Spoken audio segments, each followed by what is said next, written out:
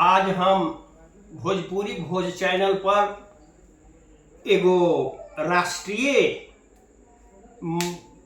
गीत कहीं राष्ट्रीय गीत कहीं या कविता कहीं रह सबके समक्ष हम प्रस्तुत कर रहा बानी। अच्छा लगी तो शेयर करब जा, सब्सक्राइब करब जा, लाइक करब जा। ई हम बहुत पहले लिखले रही। आजाद भइले भारत महान कहे दुनिया, आजाद भइले भारत, आजाद भइले भारत, आजाद भइले भारत महान कहे दुनिया, आजाद भइले भारत महान कहे दुनिया। नदिया के धार बहे सींचे धरतिया, नदिया के धार बहे सींचे धरतिया, चंदवा सूरजवा उतारे अरतिया, चंदवा सूरजवा उतारे अरतिया। मनवा में हंसी हंसी, अरे मनवा में हंसी हंसी, अरे बोले शिवनिया, आजाद भइले भारत महान कहे दुनिया, आजाद भइले भारत। तलवा तलैया से उचरे चिड़ैया, तलवा तलैया से उचरे चिड़ैया, शेर करे मोरवा बोलावे बदरिया, सैर करे मोरवा बोलावे बदरिया।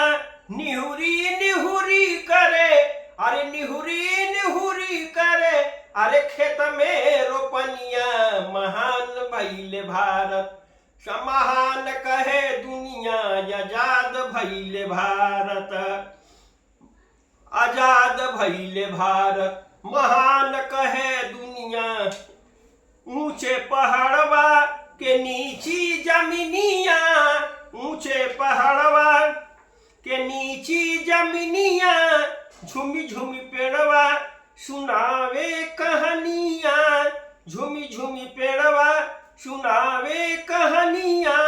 गोदिया में भारत माँ खेलावे बचनिया, आजाद भइले भारत महान कहे दुनिया, आजाद भइले भारत। माई के अचरा पदाग नहीं लागी, माई के अचरा पदाग नहीं लागी, बेटवा के गोलिया से अरी सभा भागी, बेटवा के गोलिया से अरी सभा भागी।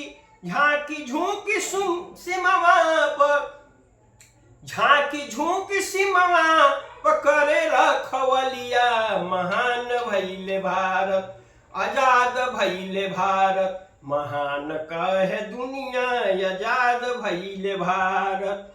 मैया के गीत गावे घर में महतरिया, मैया के गीत गावे घर में महतरिया। बबुआ हमार जाई लड़े सिवनिया, बबुआ हमार जाई लड़े सिवनिया।